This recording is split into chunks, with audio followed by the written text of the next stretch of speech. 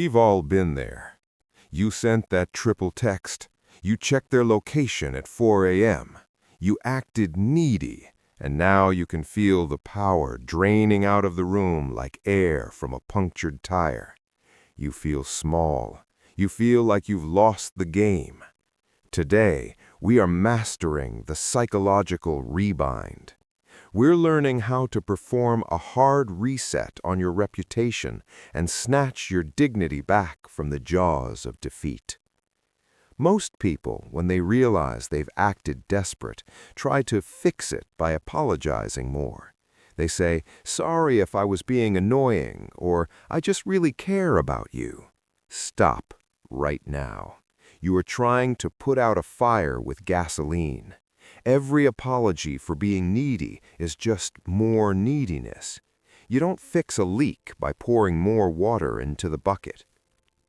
The first law of the rebind, the sudden freeze. Look at Robert Downey Jr. during his comeback years. He didn't beg Hollywood for a second chance. He didn't do a pity tour. He went silent. He got disciplined. He became so focused on his own craft that the world had to stop and ask, "Wait, where did he go?" If you've been too available, you must disappear. Not for a day, not for a strategic 6 hours. You must vanish until the scent of your desperation has completely evaporated. The second law, the pivot of interest. When you finally reappear, you must be a different version of yourself. Look at Winona Ryder. After her public scandals in the early 2000s, she didn't try to explain herself. She just stepped out of the spotlight for years. When she returned in Stranger Things, she wasn't the scandal girl anymore. She was a powerhouse actress. You need a new chapter signal. Start a new project, change your look, or simply stop talking about the person you were obsessed with. If they ask where you've been, your answer should be, "Oh, just busy. Life's been moving fast." No details, no drama, just the cold, hard fact that your world no longer revolves around them. Think of Matthew McConaughey. He was the rom-com guy for a decade.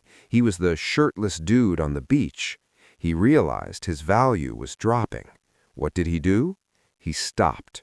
He turned down millions of dollars for romantic comedies for 2 years.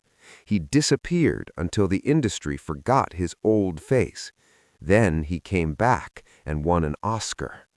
That is a rebind. He changed the market's perception of him by refusing to play the old game. But here is the hardest part. You have to kill the hope. The reason you acted needy is that you were terrified of losing them. To regain power, you must actually be okay with losing them. Look at 50 Cent. He is the master of the bridge burn. He knows that if he loses a connection, he will just build a better one. When you stop being afraid of the end, you become the most dangerous person in the room. The rebind isn't about winning them back, it's about winning yourself back.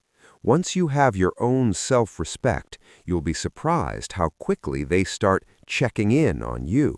But by then, you'll be too busy being the architect to care. Today, you stop the explanations. Today, you stop the "just checking in" texts. You enter the dark room. You do the work. You emerge unrecognizable. Your past mistakes are just data. Learn from the glitch, then delete the file. Stay grounded. Stay dangerously resilient.